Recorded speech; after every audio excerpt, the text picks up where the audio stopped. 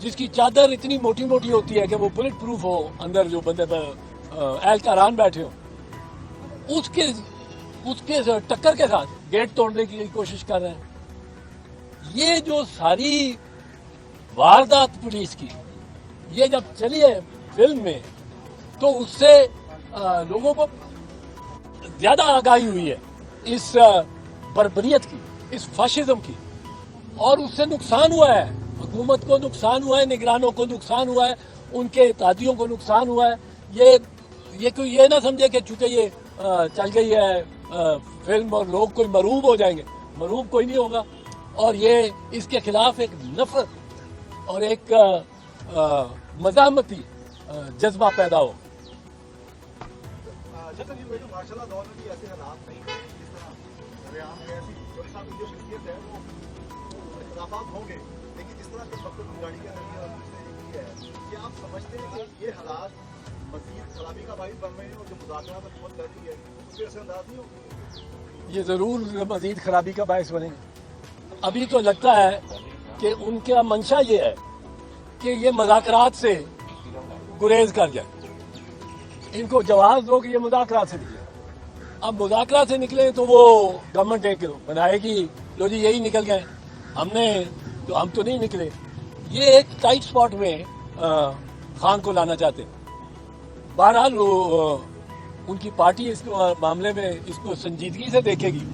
میں سمجھتا ہوں دیکھنا چاہیے کہ اس میں ایک پلان تو نہیں ہے, اب ایک منصوبہ تو نہیں ہے, منصوبہ جس سے کچھ حاصل کرنا ہے کہ 2 تاریخ کو ادھر سے بائیک آؤٹ ہو جائے اور وہ اپنا یہ سارا 14 مئی کے معاملے میں جو الیکشن کا آرڈر کیا ہوا ہے سپریم کورٹ نے, اور سپریم کورٹ کے آرڈر کے بارے میں ایک چیز میں آپ کو بتا دوں, اگر ججوں نے خود یا کسی کی تحریک پہ اس کے 10-12 دن نہ بڑھا دیے کہ اس وجہ سے کہ اب یہ ممکن ہی نہیں رہا کہ 14 تاریخ کو الیکشن ہو, وہ election commission chief election commissioner کہہ رہا ہے کہ جی ہمارے پاس کاغذ نہیں ہے, ہم نے کاغذ خریدنا ہے, لسٹیں چھاپنی ہیں, جو کینڈیڈیٹس کی ہیں ان کی فہرستیں چھاپنی ہیں, پوری جو پولنگ اسکیم ہے اس کی ساری لسٹیں ہر پولنگ اسٹیشن کے لیے چھاپی ہیں, تو ہم نہیں کر سکتے. اب یہ اور ہمیں فنڈ بھی نہیں مل رہے. اب یہ کوشش کر رہے ہیں کہ کسی طرح وہ 90 دن کے معاملے پہ عدالت مجبور ہو جائے, اور عدالت کہہ کہ یہ 90 دن میں تو واقعی نہیں ہو سکتی. یہ ممکن ہے, پر میں یہ بھی بتانا چاہتا ہوں, میرا تجربہ 50-55 سال کا ہے وکالت کا. اگر سپریم کورٹ اپنے آرڈر کو خود نہیں بدلتی, یہ الیکشن 14 تاریخ کو ہی ہوگی. جیسے بتائیے گا کہ آپ کو بغیر وارنٹ کے گرفتاری کرنے کے لیے پولیس آئی تھی, اس میں کیا کہیں گے؟ ارسٹ وارنٹ بھی تھا, سرچ وارنٹ تھا, نہیں ارسٹ وارنٹ تھا ان کے پاس. یہی نہیں کہ صرف وارنٹ کے بغیر آئی تھی. چودھری پرویز الہی صاحب کی اس وقت ضمانت بھی ہو گئی ہوئی. یہ 633 جو ایف آئی آر 6/23 ہاں, ادھر سے ہائی کورٹ سے ان کی پروٹیکٹیو بیل ہوئی تھی, اور وہ ساری میڈیا پہ آ رہا تھا, سارے ہر جگہ, اور ان کو خبر نہیں تھی پولیس کو اس کی بات. آرڈر اگر ہائی کورٹ کا اناؤنس ہو جائے کہ اس کو ہم ضمانت دیتے ہیں یا اس کو پیش کرو, وہ لکھنے کی ضرورت نہیں ہے. یہ آرڈر عدالت کا, عدالت عظمیٰ کا, عدالت عالیہ کا بالکل اس پہ پابند ہے ہر کوئی, اس پہ اس کے مطابق چلنے کا, اگر وہ صرف اناؤنس کر دیا جائے. اور اکثر ہوتا ہے عدالتیں بعد میں لکھتی ہیں فیصلہ, اسی وقت ہتھکڑی اتر جاتی ہے. جس کو بری کیا سیشن جج, اگر سیشن جج صاحب بھی کہہ دیں تو اس کی ہتھکڑی اتر جاتی ہے, وہ دستخط چاہے بعد میں یا آرڈر کی کاپی بعد میں ملے. اور یہ تو مشتہر ہو رہا تھا کہ چودھری پرویز الہی کی ضمانت ہوگی, یہ تو زبان زد عام تھا. یہ یہ کنٹمپٹ آف کورٹ کے سمجھ میں آئے گا ان کی بات کی, انہوں نے بغیر ہائی کورٹ کے اگینسٹ جا کے کام کیا. نگران حکومت کی آئینی مدت پوری ہو چکی ہے, اور اس کے بعد بھی پولیس کا ان لوگوں کے اس طرح کے احکام ماننا جو کہ غیر قانونی بھی اور تصور کیے جاتے ہیں اور غیر آئینی بھی, تو اس کے زمرے میں آئین کیا کہتے ہیں؟